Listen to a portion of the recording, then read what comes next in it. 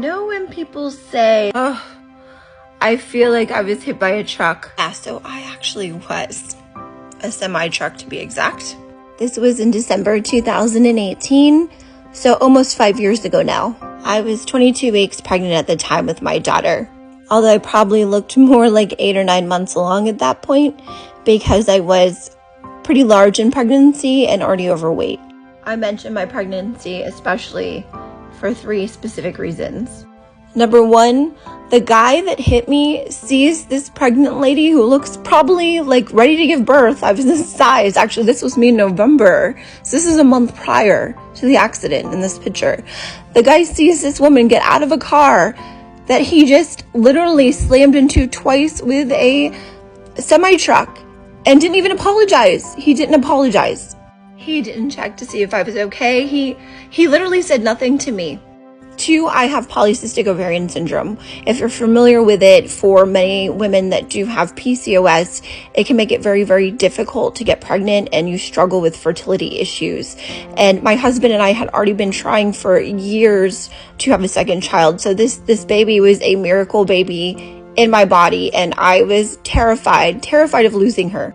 Reason 3 why it was significant that I was pregnant at this time was also because it limited me in treatment options. I was hit by a semi-truck that ran a red light. It was going like 50 something miles per hour and slammed into me twice. And because I was pregnant, I couldn't get an x-ray. I couldn't really take medication. Basically, all I could do was just take Tylenol.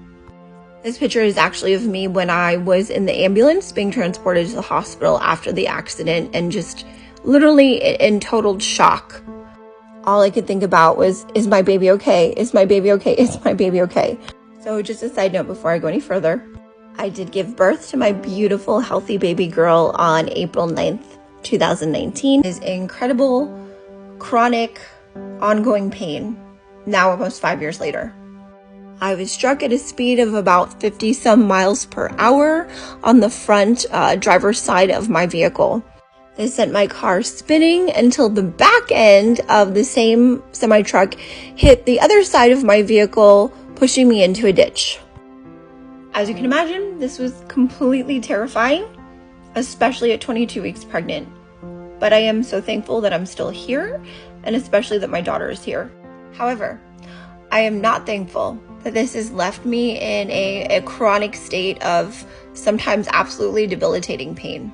Sometimes I'm totally fine. But then other times, like today, I can't even get out of bed. And I've been dealing with this for years now. And I've gotten treatments. I've had procedures, I've had years of physical therapy, chiropractic, massages, ablations, injections. And yet here I am, in pain in bed, 5 years later. The man that is at fault for this, he has never apologized to me. He never checked on me. In fact, he brought me to court to contest his ticket for being at fault for hitting me, totaling my car and almost killing me and my child and leaving me in chronic pain. Oh, and he won. He won that case in court because the police officer that was on the scene on the day of the crash didn't show up. So I have a few choice words that I would like to share with this man for doing this to me. And I probably will never have the opportunity to ever see him again in person. So I am going to do it here. This is me working my way up to the courage to be able to do that.